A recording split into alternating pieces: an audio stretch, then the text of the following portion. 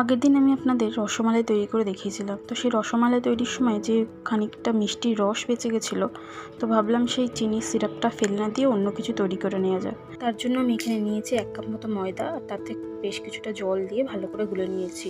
কনসিস্টেন্সিটা ঠিক আমি এরকম রেখেছি। এরপরে অন্যদিকে আমি একটু তেল গরম করতে দিয়ে এদিকে দিয়ে দিয়েছি গুলে রাখা ব্যাটারের মধ্যে সামান্য একটুখানি বেকিং সোডা আর যে তেল গরম করতেছিলাম সেই গরম তেলটা। এরপর আমি গ্রেটারের ওপর থেকে আস্তে আস্তে এইভাবে এটাকে ফেলতে থাকবো। এইভাবে আমি সবগুলোকে দিয়ে ভালো করে ভেজে ভেজে তুলে নিচ্ছি। ঠিক এরকম কালার হওয়ার অবধি আমরা এটাকে ভেজে নেব। এরপর এটাকে আমি মিক্সিতে নিয়ে নিচ্ছি। মিক্সিতে এটা একবার ঘুরিয়েই নামিয়ে নেব। তারপরে যে বেঁচে থাকা মিষ্টির রসটা ছিল সেটাকে ভালো করে ফুটিয়ে তার মধ্যে পুরোটাকে ঢেলে দিয়েছি। এর মধ্যে আমি এলাচের গুঁড়ো দিয়েছি আর প্লেটের মধ্যে কিছুটা ঘি লাগিয়ে নিয়েছিলাম। এরপর উপর থেকে কাজু দিয়ে আধ ঘন্টা পরে কেটে পিস পিস করে নিলে